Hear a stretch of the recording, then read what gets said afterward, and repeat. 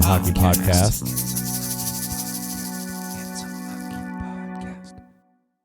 I wonder if her ex put her up to it. No, yeah, I'll totally take the kids for the year. Here's some free cheap tickets to Vegas. Here's a ticket to honey.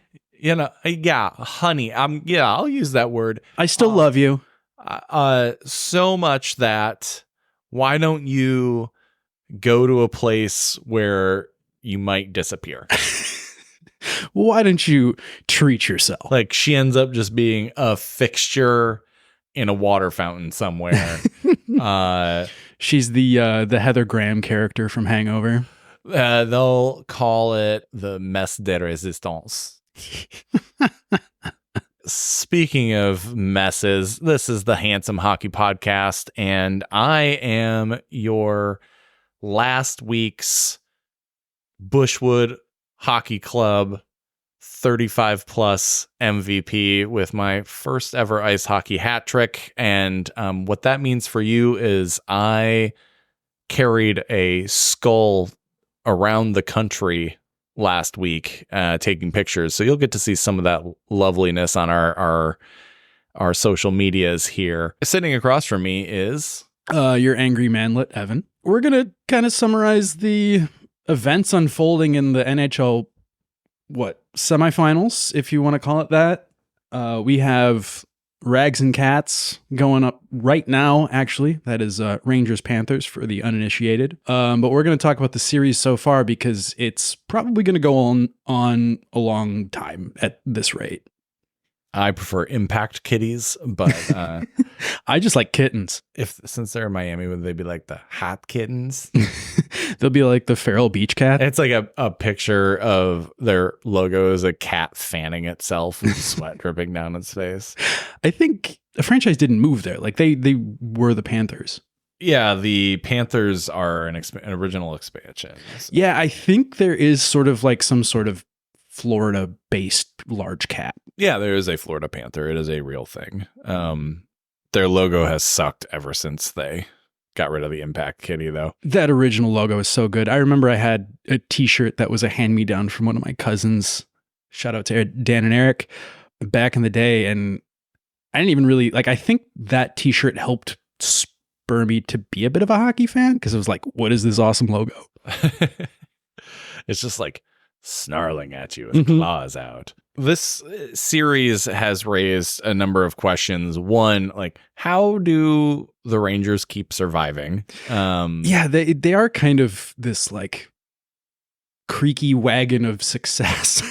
You kind of think their gimmick's going to get called and fall apart, and for some reason they've found ways to win. I mean, it was hilarious. Always big Puck Soup fan.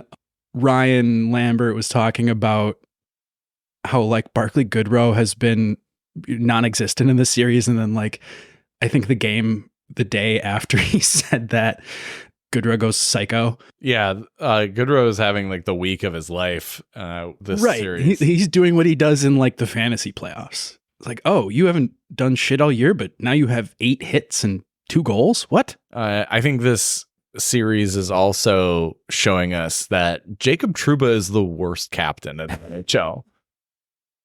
What? You're not Mark Messier. How can you tell me that? That dude makes so many stupid plays.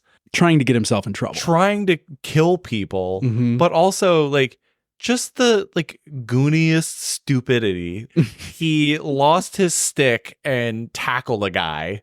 You're a huge dude. Just get in front of him. You don't tackle him as you're going down. Right. He famously tried to take Marty Necas's head off and like almost took his head off, just propelling himself straight into the boards. Yeah, neck first. Evan Rodriguez beat him just like clean. And so instead of working to get back in the play, he elbowed Evan Rodriguez in the face. After taking another penalty. Yeah. He had already slashed somebody. So he got 4 minutes for being a complete bumfuck. And then immediately they cut to commercial and he is with his mother getting her like a cancer screening and doing this like hockey checks cancer ad that is just like awkward as fuck. It's so funny. This level of comedy really can't write itself.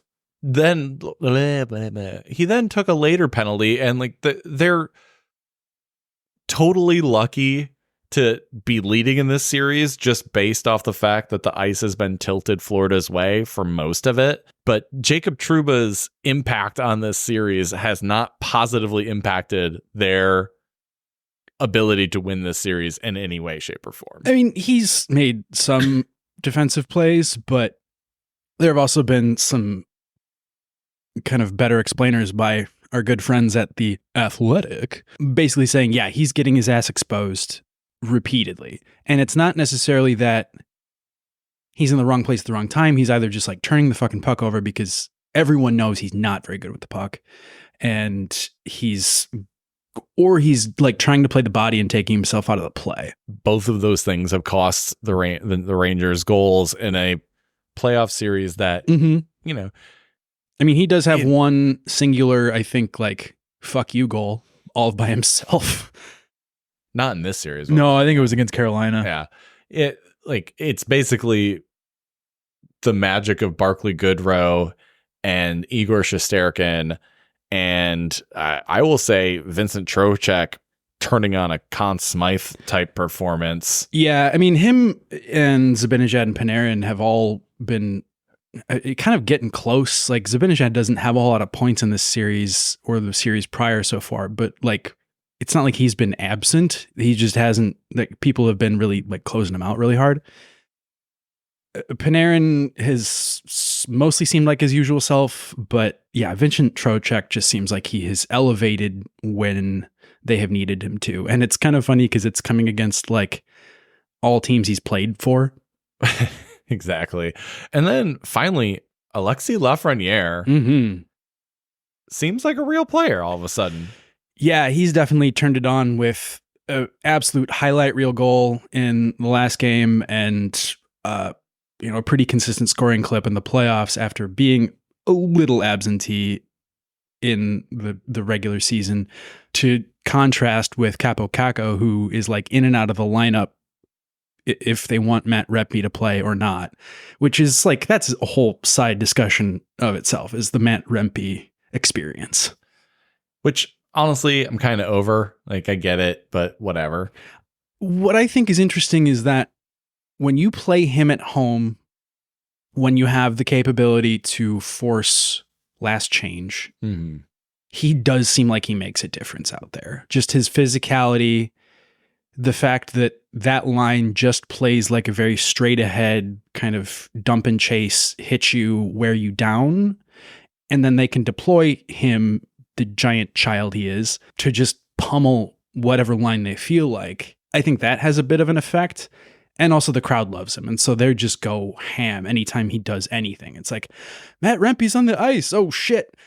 Look, he might throw a hit. He might also just fucking make a dumb penalty or completely whiff. Like, he's capable of all of those things. Or get completely laid out by Dmitry Kulikov, which happened in game 2. That was awesome. Yeah. Like, this 6'7" guy just being flatlined by Dmitry Kulikov was pretty hilarious. Right. An actual hit artist versus this kind of like super huge, I don't want to say oaf, but like, he's like kind of an ogre of a player.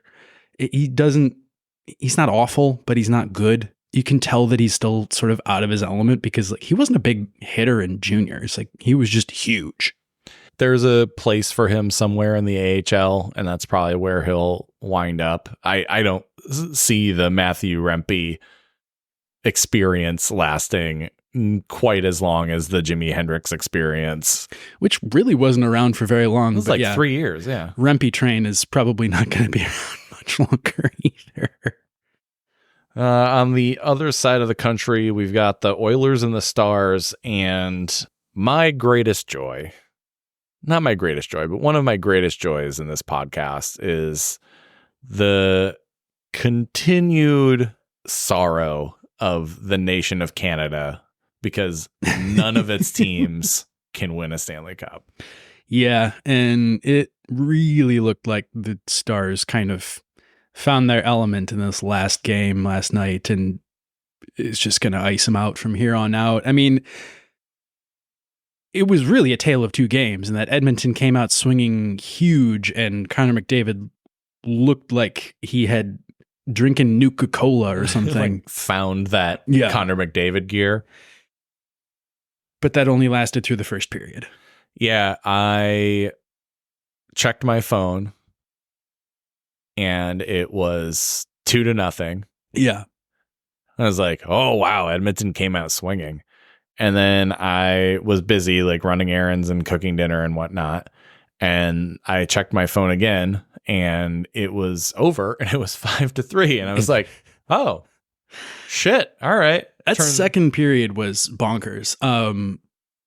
It was absolutely just back and forth. And then Adam Henrique was cited, tied it off a nifty play. And then it was just all Stars. Once Jason Robertson turned on his like NBA Jam entity, like, is it the skates? Probably. Yeah. No, he like just remember that he's a flat out goal scorer and did that and had a hat trick and kind of like single-handedly put the Oilers like on the tip of the sword. Well, it was single-handedly on the goal sheet, but I think Rube Hintz is like, missed me, huh? Yeah. Turns out he's pretty good. I didn't realize that they were so like key for each other. The splits for when they play together and when they don't are massive. I mean, they're both extremely talented guys, and so it makes sense that, you know, that line cooks with them. Like, well, like Hintz is such a good skater and defensive player, and Robertson, you know, skating has always sort of been his bugaboo, but he can do everything else just beautifully, and he's so creative, and he can get open. Like, that's a great combination, and it's obvious to see how it work when. And isn't Wyatt Johnston on that line too? Yeah, right. He's also just another weapon you got to watch. It was really cool. I mean, he's been quiet, so to see him get a hat trick was pretty awesome. I saw this hilarious stat that Dallas now has more postseason wins at Rogers Place than the Oilers do. This season or overall? I think overall. Wow. Like in history. Oh, I guess Rogers Place is pretty new still. They own some. Also, like Dallas has a predilection for hat tricks at Rogers Arena specifically, which I think is funny. Probably some Joe Pavelski tipped shots. And Miro Heiskanen had a 200-foot empty netter, which had him pass Sergei Zubov for the most goals from a defenseman in Dallas Stars history. That's his 16th postseason goal. And he has not been, if our tracking is right, and remember, we're vibes, not stats. Yeah. But if our tracking is right, he hasn't been on the ice for a goal against since the first game of the series against Colorado. Right. He's like defensively like getting into sort of Lidstrom territory. Some are saying. You watch your whore mouth. People are saying. Yeah. He can't be in Lidstrom territory because he's Finnish. That was good. Yeah. Embellishment has been an interesting coda in both of these series as teams just try and get power plays because the Rangers and the Oilers both need power plays. It seems like everyone's trying to play the refs, and the refs are now fighting back. And so when Mason Marchment, who has taken 2 minors for embellishment so far in this series, in game 3 just gets his lower back like cross-checked into oblivion. And they called him for embellishment too. And it's like, guys, he just fucking didn't see or hear the guy coming. Like, he just got surprised. Like, absolute like game management attempt. Well, if you pretend like you've gotten shot by a sniper so many times, right? When you finally get shot by a sniper, they're like, "Oh, that's on you, bud." Yeah, this one wasn't as exciting as the last. Yeah, but it's like it's been pretty clear that there have been a lot of players going down easy. I know that figured into like the controversial goal where Charlie Coyle got like chucked into a ref, or not a ref, up the goalie. It seems like the officials are doing what they can in this situation and just calling embellishment whenever they either A, want to game manage, or B, feel like it's actually taken place. Like, I think that there have been a lot of these embellishment calls that are just like, no, man, this game happens so fast, and if you get off kilter or like off balance, like you just look weird and awkward. I think there's part of that in this as well, but it's kind of an ongoing thing that a lot of people are talking about, and I don't know, an interesting wrinkle to watch for. So at the end of Dallas's Game 2 win, their DJ, a just, honest to goodness attempt to troll the Oilers, played La Bamba. What he didn't know, apparently he's done this before. Like, he'll play Chelsea Dagger when they beat the Blackhawks. They'll play the Howlin' For You song when they beat the Coyotes a lot. He didn't know that La Bamba was kind of more special than all of these other songs, and is more tied to people that the team wanted to honor, in Joey Moss, who was a kind of longtime favorite dressing room attendant for the team who had autism. And so La Bamba started playing when he died, and then Ben Stelter, who was an Oilers cause celeb, who he covered some time ago, who died from pediatric cancer at just a super young age. His saying was always like, play La Bamba. And so this song, in its sort of joy, has come to symbolize the two of them. And some Oilers fans were rightly up in arms over it. And so the DJ shows you exactly what to do. You just say you're sorry. You just said, oh my God, I didn't know. Took to Twitter to, explain the situation, and everyone understood. Like, oh yeah, you absolutely did not mean to do this. Like, this was not mean-spirited or whatever. It was just a simple mistake. Someone trying to do a good job at their job, and some wires got crossed. And to his credit, he then donated to the Ben Stelter Foundation, tweeted that he had done so. And then the cool part happened, and a bunch of Dallas fans gave a bunch of money themselves. And so there's been, kind of a running total on what the Ben Stelter Foundation has garnered from this kind of weird tiff. You said everybody understood, except for Leon Draisaitl. And you never want to see a German get angry. I mean, he's got one setting, and it's spicy. In one setting, Draisaitl. Draisaitl kill. Ultimately, it's really awesome that out of this misunderstanding can come some really cool philanthropy. Obviously, it goes without saying that pediatric cancer is, one of the suckiest of the cancers. Yeah. And also, sadly, like, one of the deadliest. Yep. And so any mishap that ends up ending in a very good thing is a good thing. So not much good comes out of Dallas or Texas in general. But the team or the fans kind of rallying around Ben Stelter's the foundation in his name is pretty rad. And so hopefully they put that money to good use, and some sick kids get better. Yeah, I think their foundation both, it's sort of like Make-A-Wish in that they do some kind of travel and kind of experience building for kids, and then they also they do provide more practical things like home medical equipment and things that, ease the experience of people with cancer. Speaking of needing home medical care, Minnesota thought it had won itself a Walter Cup. And at home, at the Xcel Energy Center, and it turns out they were wrong. Can I just give you props on that transition?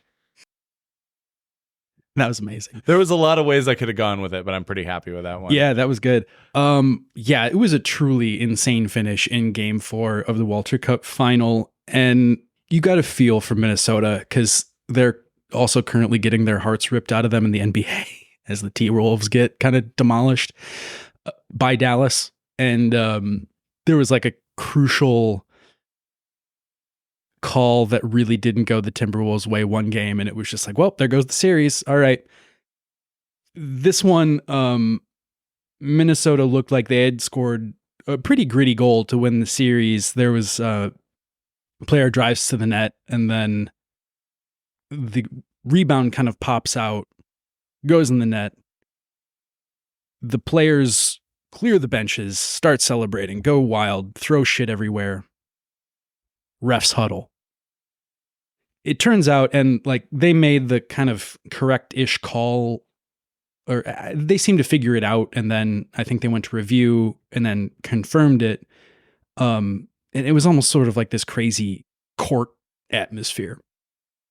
But the player that drives hard to the net absolutely just takes the goalie out before the puck squirts out, and then the rebound is put back. So the refs call back this goal after Minnesota had been celebrating at home for, I don't know, minutes, something like that. The building is just as quiet as a morgue. Then 70 seconds later, Boston scores to send the series to a final game in Boston. Yeah, you want to see hearts getting ripped out of your chest like Mortal Kombat finishing moves. This was it. Like you watch the faces of Minnesota, and like honestly, like how do you return to a game after that, right? Right. Like, all of the energy that you have put into this game is released with this, this what ends up being a Pyrrhic victory. Mm-hmm. And you have to like somehow recoup that energy and go back and play a game that you thought you'd won. Right. Meanwhile, your opponent is still angsty as fuck. Yeah. Because they just thought they lost. And like they have been given new life. Yeah. And of course Boston won it, and not that long after. And of course it was Alina Mueller. Yeah, it turns out she's really fucking good. I mean, she had probably not the season she hoped for this year sure. with Boston.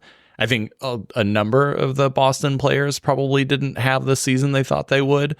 But, they got themselves into the playoffs, and what happens in the playoffs? Hot goalies. Aaron Frankel and Maddie Rooney have been absolutely unreal in these playoffs. It's kind of continuing a trend from what we saw in the PHF, where goaltenders are just so good in the women's game that scoring is way down. Yeah, that's kind of the story this whole year, is just goaltender dominance. And, there's not much that you can implement that doesn't just completely impact the goalies from doing what they do. Like in the NHL, they made the pad smaller. They stopped allowing them to wear albatross jerseys and all that good stuff. And which is wild that was even a thing in the first place. Though very funny. Yeah. Oh, very funny. You got like flying squirrels everywhere. But like the goaltending is just that good right now. And like I was saying, like you saw that with Corinne Schrader and others in the PHF, and you're now seeing it in the PWHL. They're just unreal. Well, I think that's also a consequence of the fact that you have 6 teams, and each team can essentially roster 3 starting quality goalies because, well, we've just combined all these leagues. And so that's a talent kind of logjam. Yeah, there's just so many goalies, and it's like the talent on the forwards and the skate, or the talent in the skater pool just hasn't caught up to the talent in the goalie pool. Yeah. Speaking of things that anybody could have predicted. Kelly Babstock drops a good F-bomb saying, "Let's fucking go" on camera, which is just exciting as hell. Like, this series has been so much fun. Unfortunately, Walter's going to have to stay hidden for a few more days, or, I mean, fortunately, if you're a Boston fan, like Puxatawny Phil, and it's going to, get assigned to somebody in Boston on Wednesday night. Yeah. If, this is going to come out afterwards, so we'll put this on social media and whatnot. Watch this game. It's on YouTube. You can watch it at work on your phone if you're on the West Coast. Yeah. It's at 4 p.m. Pacific time. Fuck Eastern Standard Time. This is a Portland podcast. Yeah. But it's at 7 p.m. Eastern. But like, watch this game. It's going to be super amazing hockey. Super amazing. Like, it's two extremely talented teams full of some of the best women's hockey players in the world, slugging it out, seeing if anybody can beat one of these dominant, nay, I say, American goalies. Suck it, Canada. It's going to be an absolute riot. And so watch the game, 7 p.m. Eastern Time, 4 p.m. Pacific Time over here on the Best Coast. It's on YouTube. If you are listening in Canada, you can actually watch it on TV. Congratulations. Lucky bitches. You lucky bitches. But yeah, this is going to be an outrageous occasion. Evan and I are going to go watch it at the Sports Bra here in Portland, Oregon, if we can get seats.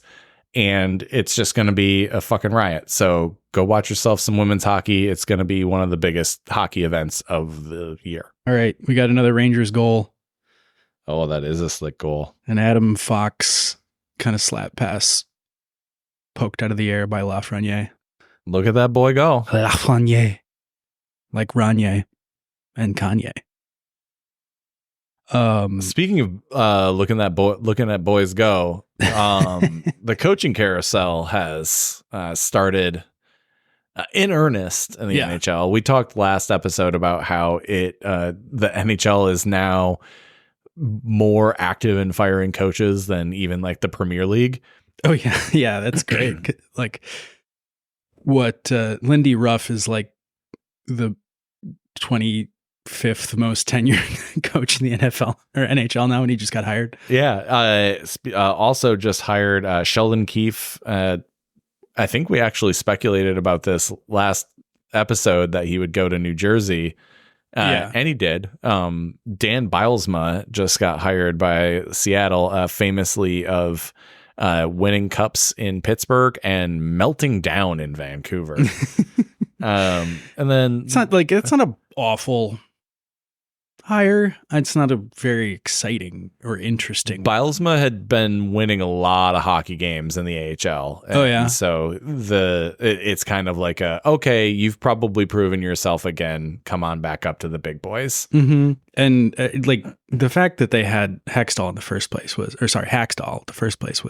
always kind of fun, or always kind of funny. Yeah, he just never struck me as like a good you coach. You put this guy with a bunch of young and sort of cast off players. And I mean, he did make it work, and tactically and roster wise, it sort of worked there last year. So like it obviously wasn't that crazy of a move, but two of the 3 years he was there, it did not work. Sure. And it just sort of seemed like they were rudderless and going nowhere. So I think it was predicted, if not, expected.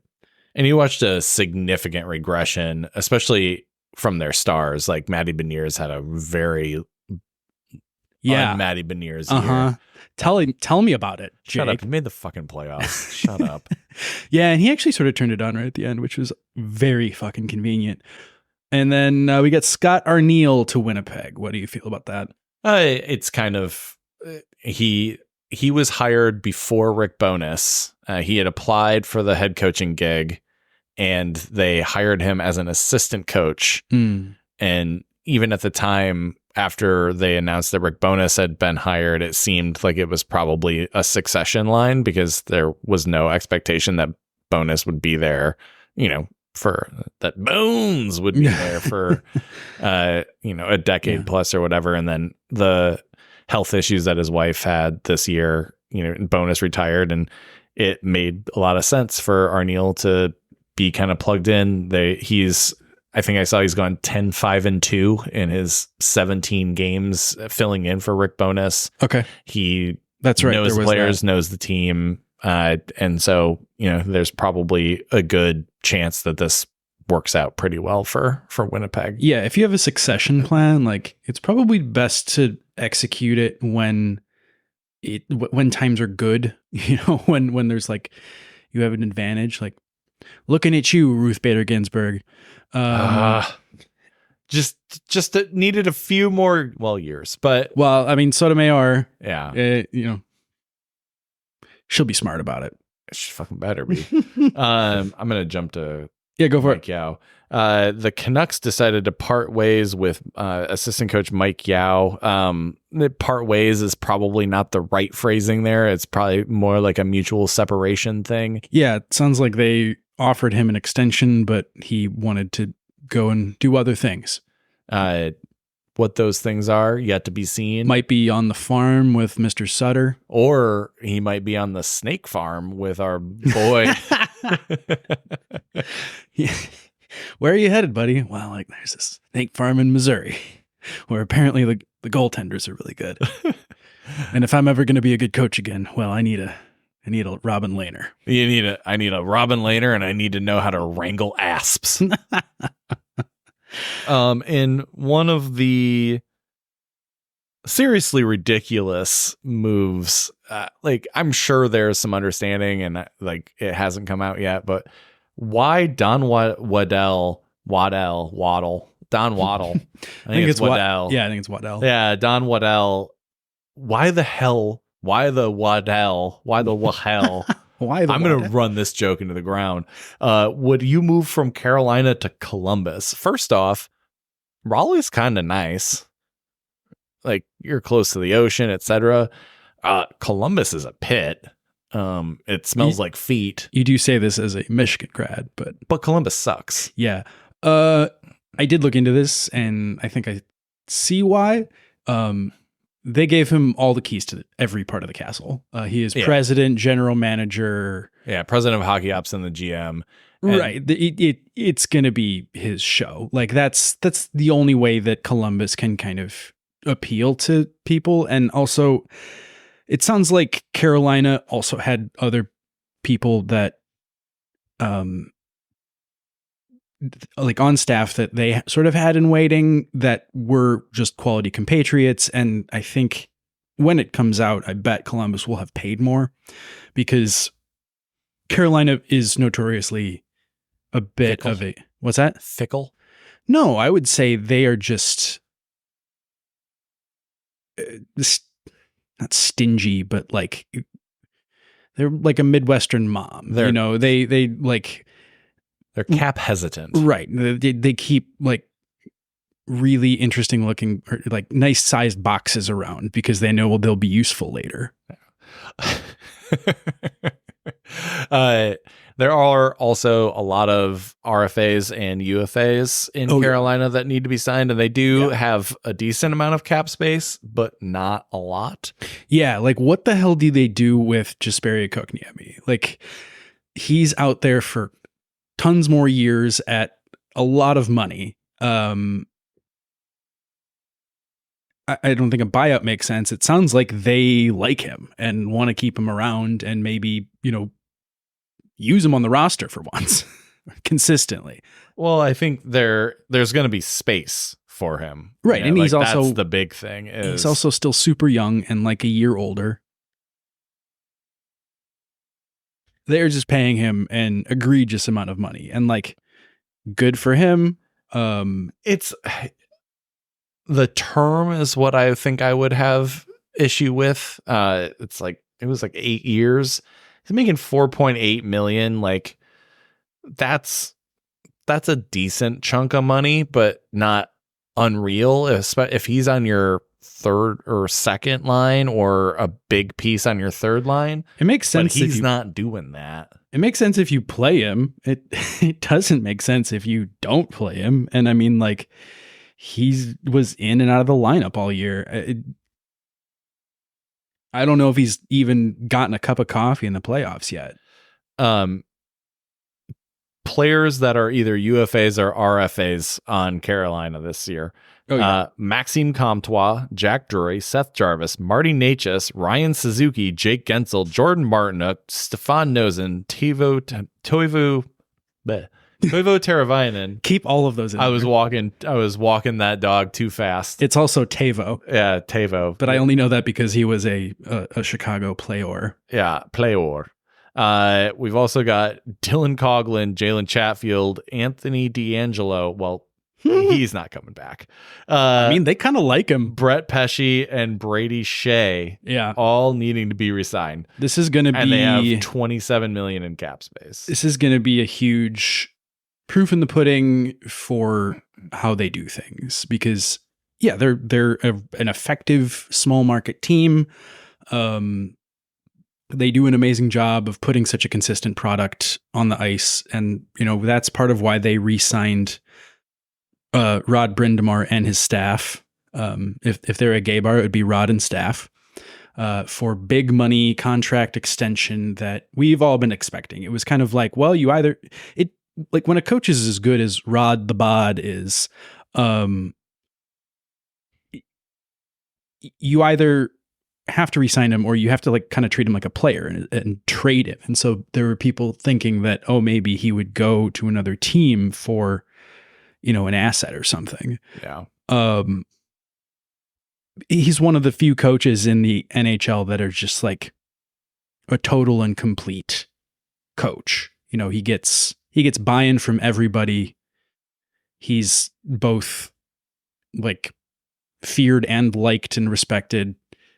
He's could probably play alongside Yager for a couple minutes if he wants to.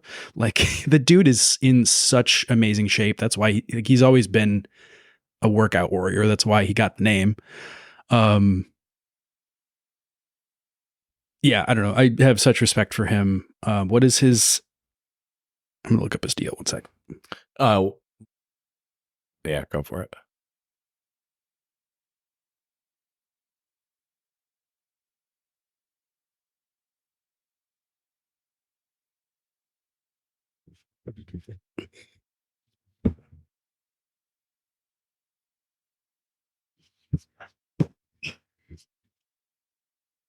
I guess salaries, they don't usually release coaches' salaries. Okay. Yeah, I guess they haven't. It is 5 years, so yeah. Also, on top of all of those players I listed last time, free agents of some sort after next year: Evgeny Kuznetsov, Jesper Fast, Brendan Lemieux, Dmitry Orlov, Jacob Slavin, Brett Burns, and one of their young draft picks, Ronan Seeley. So, like, in the next 2 years, they have to re-sign everybody. Fucking everybody. And not a lot of cap space to do. So if Don Waddell got out, that might be why. I mean, there's a lot of work for whoever is the next GM. That's a good observation. In like in other lesser hockey news, the Sharks signed center Will Smith, who was, I think, the second or third pick in last year's draft. Fourth, I think. He was fourth. Okay. The Sharks signed Will Smith, the fourth pick in the 2023 draft, who was at Boston College this year and was spectacular there. He's American, right? Yeah. He was on the development team. Yeah, I think he's a roller hockey guy too. As he should be. Yeah. Hell yeah. Yeah, but they've signed him to an ELC. If you weren't paying attention, Czechia, home of David Pasternak and other Marty Natchez and other fine hockey players, have won the IHF World Championships.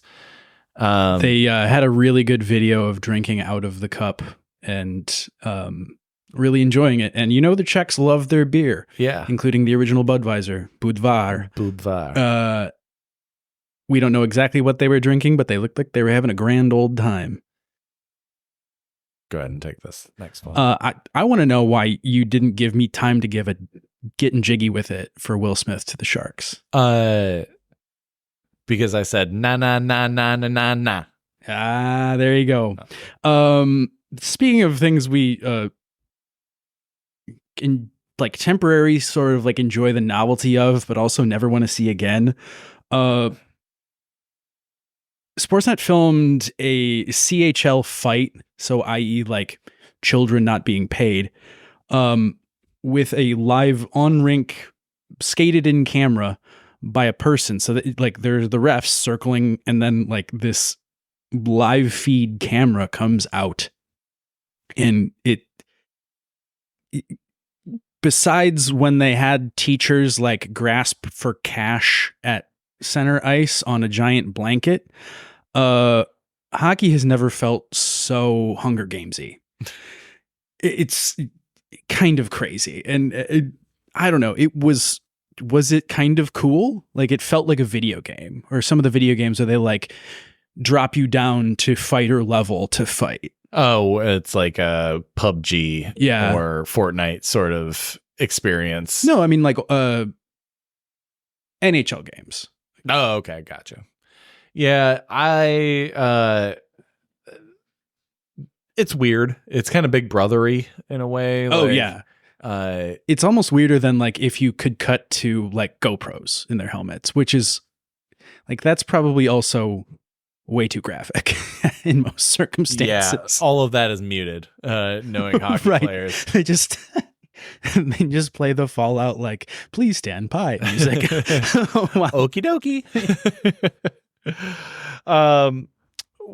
We're going to close here with some fun. One of the big talking points of the offseason will be a will they, won't they trade Mitch Marner from Toronto. He's got 1 year left on his $11+ million contract. He has a full no trade clause. And Toronto is in the midst of maybe blowing it up. Yeah. And if there was to be a subtraction, most people think it would be him. And it would be very hard to see where they could do something effectively without trading him. So there's been some speculation that maybe he could like not get traded, and because he's got the actual power, but then they'll like retaliatory stick him on the fourth line. And then that brings in like, maybe there would be a union fight over that, which that would be amazing. Yes. Union fights. Yes. Also just if Toronto could just stay like radioactive, like that would be so good. Yeah. It's good for the league, like the talking heads, to have something to yak about for, the entire offseason after the first round every year. But it's also good for me and my no Canadian teams winning the Stanley Cup. Oh, it's good for that. That's for sure. So do you want to kick these off? Yeah. So as an ode to what will soon be the summer of Marner once the playoffs are over, who says no? Mitch Marner trades we'd like to see. Do it. So the first is Mitch Marner gets traded to the Amsterdam Tigers, who play in the highest division of the Dutch Hockey League, for 5 years of unlimited stroopwafel and 2 very distinguished windmills. And that's really where this proposal gets interesting, is because you could like $11 million a year in stroopwafel, like that's like a Tony Soprano size deal. Like, it wouldn't take that much of a businessman to pull that off. But 2 windmills, the Dutch hang on to those like Charlton Heston hangs on to guns. With more tenacity, maybe, because Charlton Heston said over his cold, dead body, and then he died. Right. The Dutch are going strong. Yeah. And not only that, they view windmills as like more important to them than like the Catholic Church views historical relics. So I've probably told this story before, but my dad's hometown of Pella, Iowa, they have a windmill there that is built to spec by a Dutch windmill design company. That's not a problem for them. But they passed a law when Pella wanted to buy a windmill and disassemble. I think it was already disassembled, if I remember correctly. One of my parents can probably like correct me on this. But the Dutch don't let you take their windmills. Like when my dad's hometown of Pella, Iowa wanted to buy a windmill, and I don't know if they wanted to take it down or if it was already taken down. I can't really remember. The Dutch government passed a law saying you can't sell original windmills. And so instead, to their credit, they're like, well, we still want a sick Dutch windmill, and Google Pella, Iowa windmill. It is sick. It's pretty cool. I was recently through there and actually just like made a point to go see it. And it was worth it. It was really cool. It's a very strange town. I won't get into it now. They have a cool windmill, and yeah, that trade would be a win for Toronto.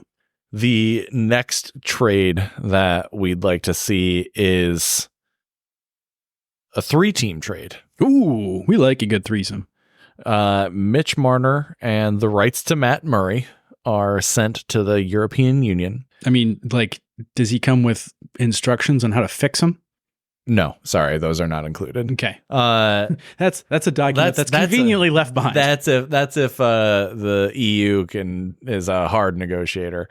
The United Kingdom gets a reversal of Brexit. Ooh. And Toronto gets a signed copy of the Beatles' Hard Day's Night, and to shake hands with Hugh Grant for exactly 1 hour while he says pleasantly English things. Like, in it. What's for breakfast? I'm the Prime Minister in the movie. As he's just shaking your hand without like even cracking a smile. If I'd gotten more time, I probably could have put together a decent Hugh Grant. I forget which comedian does an awesome Hugh Grant, but yeah. I think I'm gonna go with.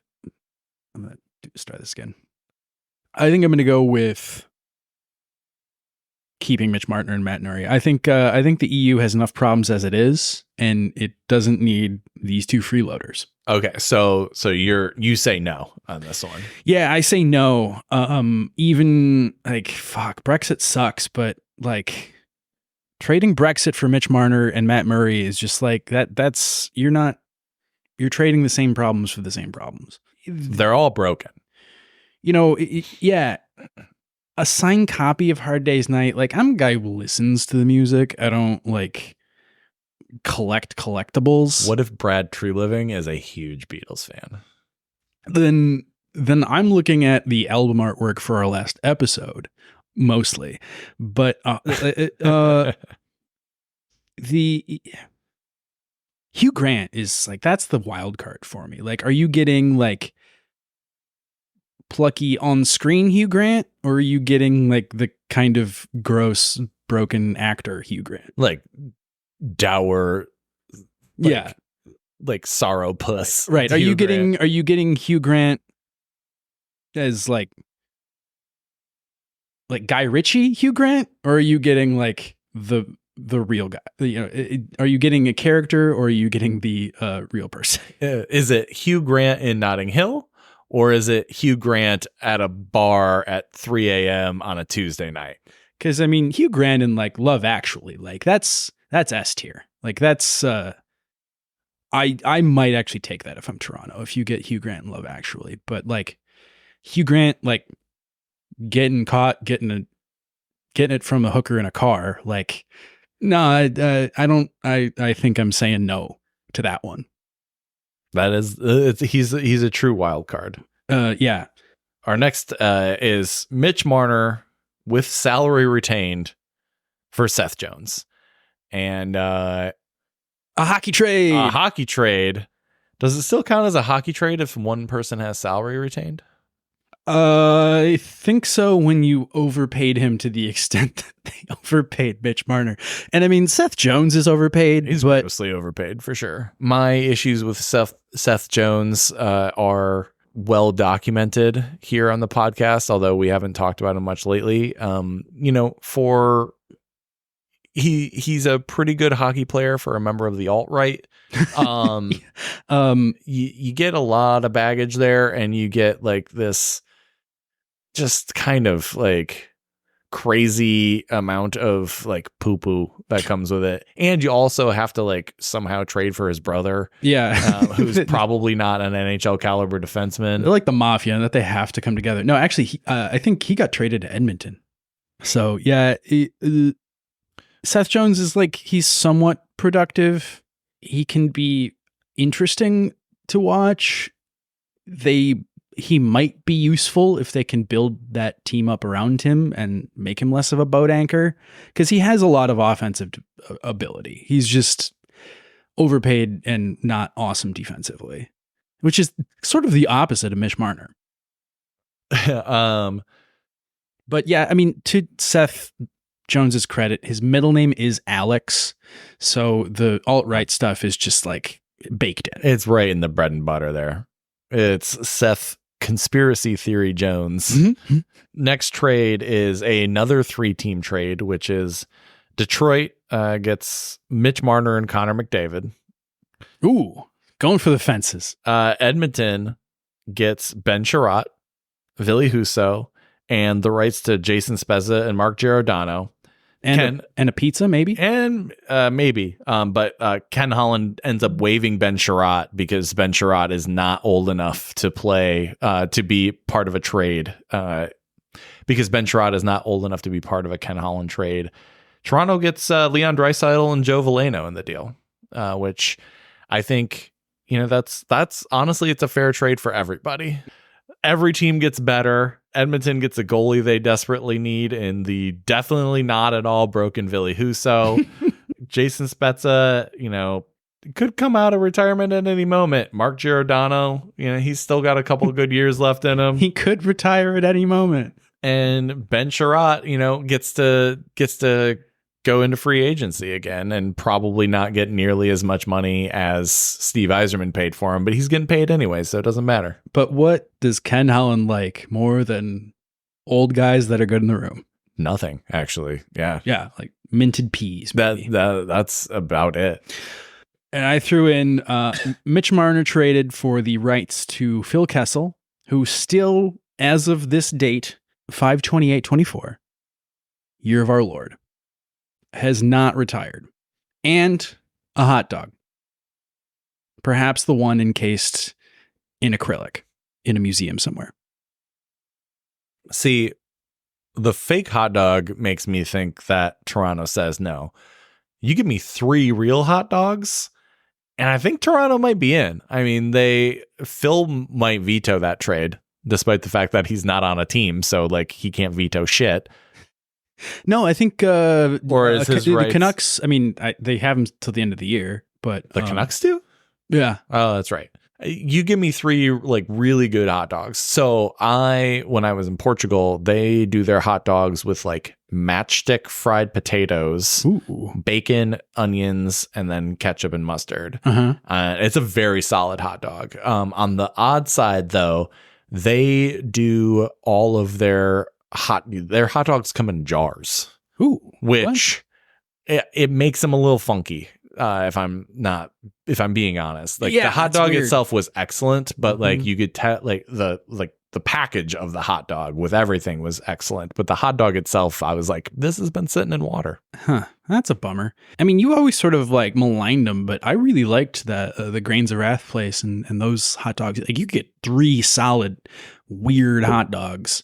From Grains of Wrath? Yeah, it was like made by the bartender because they only ever had one person working. Oh yeah, I just didn't order food there because I felt bad because the bartender just like you'd order food and he'd be like, and that's why they left, Jake. Yeah, that's why. No, it's fine. I mean, the turnover in restaurants in this town is always insane, and especially now. And I don't know, people that complain about it make way too big of a deal about it.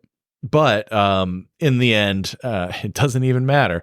But in the end, I probably veto this trade for Toronto because of the fakeness of the hot dogs. Okay. What if there was an option for real hot dogs? And Phil Kessel got one. Oh, Phil's getting a hot dog regardless. Like I'm buying a hot dog for Phil when he comes off the plane. I'm like, hey buddy, brought you a pocket dog. Pocket dog right out of the pocket. That's where a pocket dog comes from. It comes from is a pocket, because that's why it's called a pocket dog, because you pull it out of your pocket and then hence the pocket dog. Some might say glizzies. I think glizzies. Fuck. Yeah, I think that's that's a good name for something that comes out of your pocket, is a pocket dog. Chewing your mouth guard is like the fucking herpes of hockey. Like, it just won't go away. There's no cure. Right. It's just like there's one fucking player that does it. And that, like, the Patrick Kanes of the world inspire the Matthew Tkachuks of the world. And then the Matthew Tkachuks of the world inspire hopefully more people than Patrick Kane. Yeah. It's a self-perpetuating, just like silly thing. Someday, every man in the league will be chewing a mouth guard, but the best player in the league won't be, and kids will grow up idolizing him and not chewing their mouth guard. Is that our like $1 million product? Is like chewy mouth guards? Yeah, like, they'll do be like Haribo gummy mouth guards. That would be a very funny like marketing thing. Call us NHL. Call us Haribo and Matthew Tkachuk. Yeah, two people we would love to hear from. Yeah. I think Matthew Tkachuk's badass. Yeah, but and I love candy. It's just very funny that like it's become like this postmodern thing. Like, you know, not only am I going to not wear the protective device, I will still have the protective device and use it as a pacifier. I mean, Tkachuk's still pretty young, so it makes sense. Well, it's absolutely a fucking stim too. Like it's totally like a neurodivergent ADHD sign. Like, oh yeah, I'm very surprised that I haven't picked this up on my own, but I have a full cage on it. Getting that mouth guard spun around with a full cage on becomes quite an ordeal. You play with a cage and a mouth guard? No, I'm saying if I did. Oh yeah. Well, and like honestly, playing with a mouth guard sucks. Like, oh, absolutely. I played in a roller hockey tournament in Ann Arbor, Michigan, at I believe it was JD Jeffries was the arena, now defunct, I believe. Okay. And they made us as a team buy mouth guards, despite the fact that we were all wearing cages. Oh, and that happened to me once too. So they made us all purchase mouth guards, and then like we had to find hot water to like mold them. Yeah. And I was really mad about it, so I cut mine down so it like only covered like my front teeth. And that's a popular move. And the trick is to cut it down before you do it, so the edge isn't razor sharp. Yeah. Otherwise you end up with like fucking bloody ass gums. Well, our team was fucking terrible, but we were in this game and the refs were so bad and very clearly favoring the home team. And so I got kicked out of the game, and I was cursing at the ref, took my helmet off, took the mouth guard out of my mouth and threw it and hit the ref in the face with it. That's and like made sure it was also like so fucking you. It made sure it was good and slobbery before I threw it too. Yeah, did they tell you that you needed mouth guards like 5 minutes before the game? Yeah, just about. I think the time that we had that happen to us, it had happened before like that, and so they knew what to expect. There's got to be some just like annoying ass insurance agent somewhere in the Detroit metro area that like got to both of these ranks and was like, you have to make them play with mouth guards. Yeah, exactly. Some rubber manufacturer in the area was like, hey, I got a deal for you. Now that is truly Detroit. Yeah.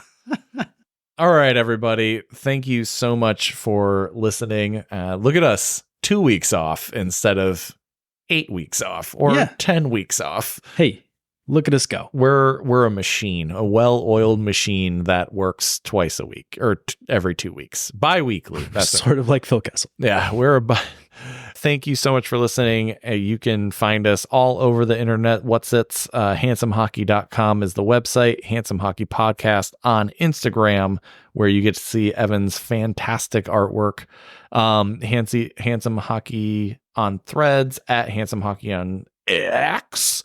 Handsome Hockey Pod at gmail.com, Handsome Hockey Facebook page, and the YouTubes. I say that because I say it that way because one time my grandma asked me, I have a YouTube? And it was like, she doesn't really have that like that super Midwestern accent, but that phrase came out in a Midwestern accent. I've never been able to unhear it. And I say X that way because that's how Elon Musk says it every time. Yeah, hi, I'm the owner of X. That scum fuck. When I was in Portugal, I was in a bookstore, the world's oldest bookstore, and there were two young guys looking at the Elon Musk book, and I was like, oh no, not Elon Musk bros. But then I realized that they were making fun of Elon Musk, and I was like, yay. Awesome. All right, thank you, everybody. Go make fun of Elon Musk. Go watch some women's hockey. You've got one more chance this season. And stay handsome, everybody. Restez beau, tout le monde.